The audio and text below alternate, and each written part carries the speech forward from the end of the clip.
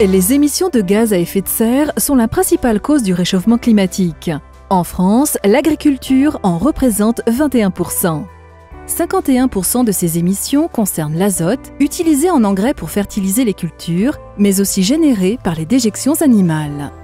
Le méthane participe pour 41% de ces émissions. Il est essentiellement produit par la rumination des vaches et la fermentation des déjections animales. Les 8% restants sont liés aux consommations de carburant et de combustible. Des agriculteurs adhérents de Terrena ont choisi de s'engager dans la réduction des rejets de gaz à effet de serre à travers une démarche ambitieuse Agri-CO2. Ce dispositif, Nouvelle Agriculture, se décline en plusieurs actions techniques élaborées avec l'appui scientifique de l'INRA et le soutien de l'ADEME. Julien Frémont réduit le méthane émis par ses 50 vaches laitières en agissant sur leur alimentation. En fait, en substituant dans la ration une partie des glucides par des acides gras polyinsaturés qu'on va trouver par exemple dans l'herbe pâturée, la luzerne, la graine de lin, les fameux oméga 3, on va avoir une meilleure efficacité alimentaire, une meilleure santé des vaches, une meilleure production laitière et donc en conséquence aussi un moindre rejet de méthane. Agri-CO2, cela concerne aussi les grandes cultures. Richard Fulneau baisse sa consommation d'engrais azotés grâce à l'introduction de légumineuses à graines dans ses rotations de culture. Donc il y a 5 ans, j'ai choisi d'introduire du pois dans la rotation pour diversifier l'assolement et pour avoir des plantes différentes et des désherbants différents dans mes champs pour éviter du salissement au départ. Et après, il y a un avantage sur l'azote, ça amène de l'azote à la culture d'après.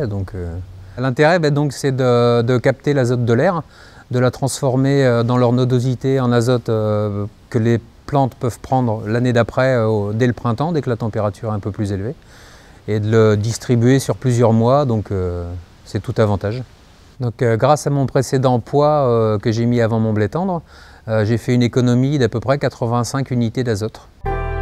Autre action Agri-CO2 initiée par Pascal Joly, l'installation de haies bocagères autour des parcours de ces volailles labels pour fixer le carbone de l'air et le transformer en matière organique. Déjà, c'est un excellent piège à carbone, donc on rejette moins dans l'air, quoi. Et ensuite, la biodiversité, donc comme on a plusieurs essences d'arbres et tout, donc c'est important aussi pour la nature, quoi. Dans la famille Joly, c'est de mère en fils qu'on améliore son bilan carbone. Sylvain, producteur de céréales et éleveur de vaches laitières, réduit sa consommation de carburant grâce à l'éco-conduite. Pour moi, l'éco-conduite aujourd'hui, c'est quand même, pour ma part, c'est deux choses. Premièrement, faire des économies sur tout ce qui est combustible.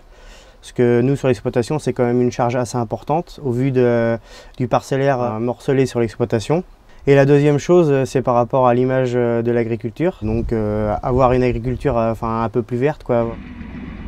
On a vu à la formation éco-conduite que 80% du fuel qui passait servait au fonctionnement du tracteur. Donc en rapprochant les vidanges, il y a quand même moins de frottement, ça fonctionne beaucoup mieux.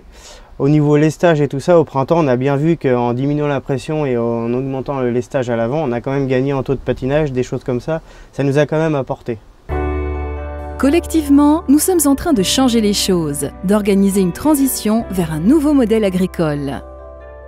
Pour l'éleveur, on va avoir une meilleure productivité, une meilleure rentabilité, une meilleure santé des vaches, un meilleur confort à travailler.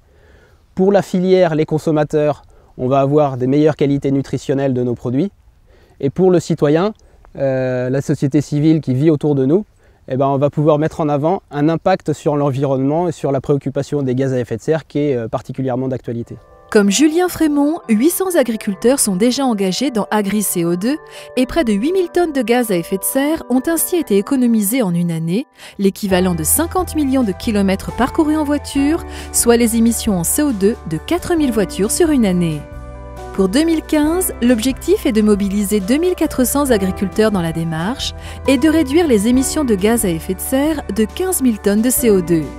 La volonté de Terrena est de mobiliser toujours plus d'agriculteurs autour d'Agri-CO2 et de proposer demain de nouvelles actions de réduction des gaz à effet de serre.